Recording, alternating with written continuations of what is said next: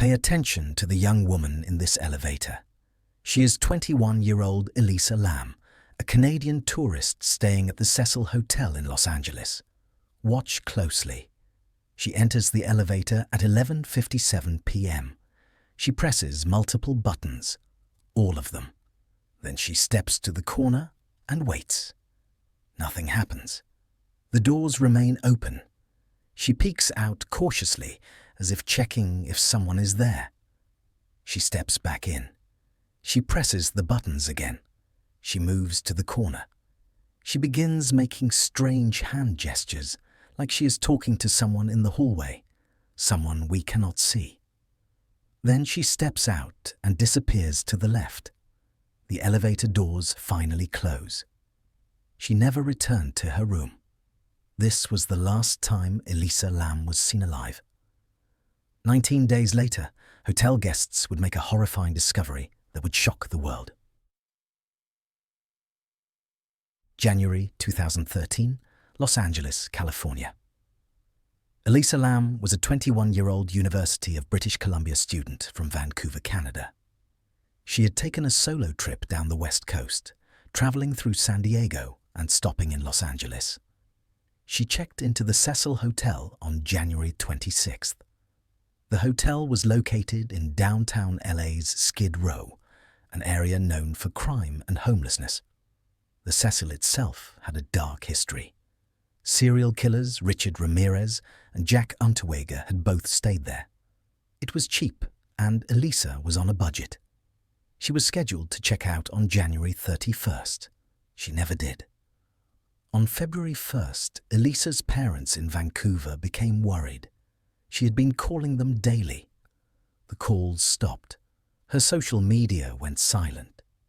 They contacted the Los Angeles Police Department. Officers visited the Cecil Hotel and filed a missing person report. Hotel staff confirmed Elisa had not checked out. Her belongings were still in her room on the 5th floor. Her phone, her laptop, everything was there. But Elisa was gone. The LAPD Missing Persons Unit took over the case. Detectives interviewed hotel staff and searched the building. They found nothing. On February 6th, desperate for leads, LAPD released a public appeal. They needed information. They needed witnesses. But what they released next would turn a local missing person case into a global mystery.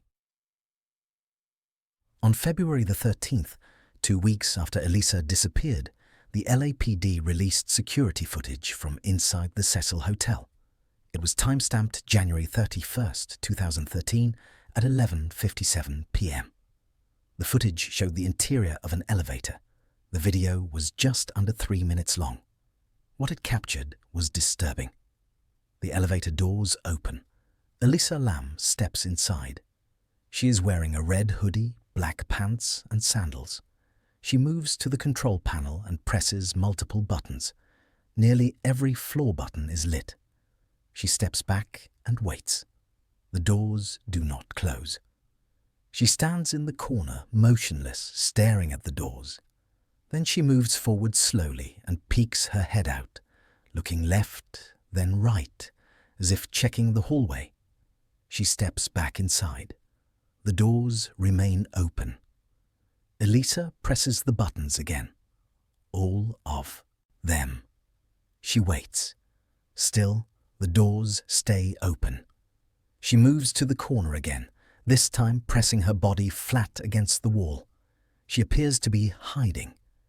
Then the behavior escalates. She steps out into the hallway for a few seconds. She moves to the left, just outside the camera's view. She steps back in. She begins gesturing with her hands, moving them in strange, exaggerated motions, as if speaking to someone in the hallway, someone the camera cannot see. For nearly a full minute, Elisa continues this behavior, talking, gesturing, stepping in and out. At one point, she counts on her fingers. Her body language shifts from nervous to animated. Then, abruptly, she steps out of the elevator one final time. The doors, which had remained open for over 2 minutes, suddenly close. The elevator begins moving. Elisa Lam is gone. The footage went viral immediately. Millions of people watched it.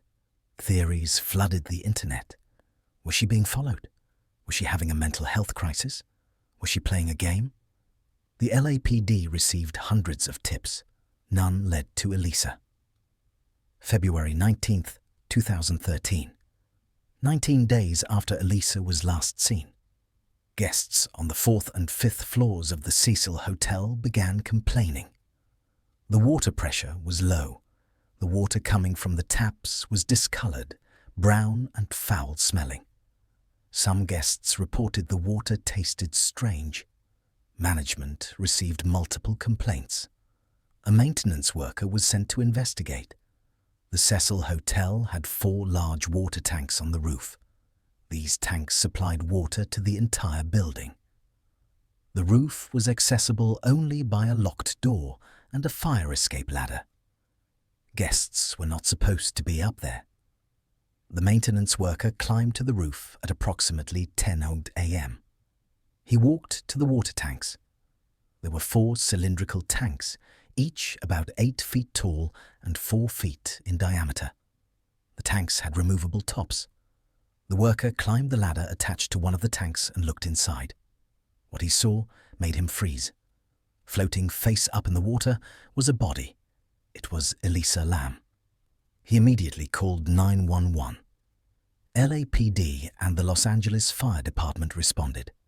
The area was cordoned off. The body was carefully removed from the tank using a crane. It took several hours. Elisa had been in the water for more than 2 weeks. Decomposition had begun. She was identified through dental records within 24 hours. The discovery raised immediate questions. How did she get onto the roof? How did she get into the water tank? And why? Trend. The LAPD launched a full investigation. The findings were disturbing. The rooftop access door was locked.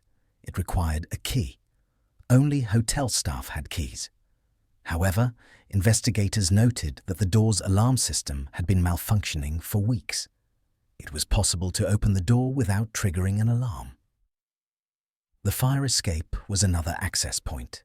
It was on the outside of the building and could be reached from a window. Investigators found the window on the 15th floor slightly ajar. It was accessible. The water tank itself presented more questions. The opening at the top was narrow, roughly 2 feet by 2 feet. The hatch was heavy. It would require effort to open. Once inside, the walls of the tank were smooth. There was no ladder. Climbing out would be nearly impossible. Forensic teams examined Elisa's body. There were no signs of physical trauma, no bruises, no cuts, no defensive wounds. Toxicology tests were conducted. The results showed trace amounts of her prescription medications in her system, but nothing lethal. Elisa had been diagnosed with bipolar disorder and depression. She had been prescribed several medications, including mood stabilizers and antidepressants. However, the levels in her system were below therapeutic range. This suggested she had not been taking her medication consistently. The autopsy was completed on February the 21st. The official cause of death was listed as accidental drowning. The manner of death was ruled accidental. There was no evidence of foul play, but the public did not accept this conclusion. The elevator footage continued to circulate. Online communities dissected every frame. Theories ranged from plausible to paranormal. Mental health crisis. Elisa's medical history suggested she may have been experiencing a manic or psychotic episode. Bipolar disorder, when unmedicated, can cause erratic behavior, paranoia, and hallucinations. Her behavior in the elevator, the hand gestures, the hiding, could have been symptoms. She may have climbed to the roof in a state of confusion, removed her clothing, and entered the water tank voluntarily. The elevator game. Some internet users pointed to an urban legend called the elevator game, a ritual supposedly used to access another dimension. The rules involve pressing specific elevator buttons in a specific order. Elisa's button pressing appeared to match the pattern. Believers argued she was attempting the ritual and something went wrong. Foul play. Others insisted Elisa was being followed. The way she hid in the elevator suggested she was afraid of someone. The fact that the elevator doors remained open for so long was suspicious. Some believed the footage had been edited or tampered with. They argued someone followed her to the roof and pushed her into the tank. Was Hotel negligence. Critics focused on the Cecil Hotel itself. The rooftop should have been secure. The malfunctioning alarm was a clear safety failure. Some believed hotel staff or someone with access to keys was involved. The LAPD addressed these theories publicly. They stated the investigation found no evidence of foul play. The footage was not edited. The timestamp matched security logs. The elevator doors remained open because Elisa had pressed the door hold button. The strange hand gestures and behavior were consistent with a mental health episode. Elisa Lam's body was returned to her family in Vancouver. She was cremated. Her parents, David and Yina Lam, released a brief statement thanking the public for their support, but requesting privacy. The Cecil Hotel faced immediate backlash. Guests filed lawsuits claiming they had consumed water from the contaminated tank. Health inspectors tested the water. Results showed bacterial contamination due to the decomposition, but the hotel was not shut down. It remained open. In 2014, the Cecil Hotel rebranded as Stay on Main. The rebranding did not erase the stigma. In 2017, the hotel closed for renovations. In 2021, Netflix released a documentary series titled Crime Scene: The Vanishing at the Cecil Hotel. The series examined Elisa's case and the hotel's dark history. It reignited public interest. The Los Angeles County Coroner's Office has never changed its ruling. Elisa Lam's death remains classified as accidental drowning with bipolar disorder, listed as a significant contributing factor. But questions remain. How did a young woman, alone, access a locked rooftop, open a heavy water tank hatch, climb inside, and drown, all while experiencing a mental health crisis? The answers are incomplete. Elisa Lam entered an elevator on January 31, 2013. She pressed every button. She hid in the corner. She gestured at something unseen. Then she stepped out and disappeared. 19 days later, she was found in a water tank on the roof of one of Los Angeles' most notorious hotels. The footage of her final moments has been watched millions of times. It remains one of the most haunting pieces of surveillance video ever released. To this day, no one can fully explain what happened in that elevator or what led Elisa to the roof. Her case is closed, but for those who watch the footage, the questions will never be answered. What do you think happened to Elisa Lam? Let us know in the comments below.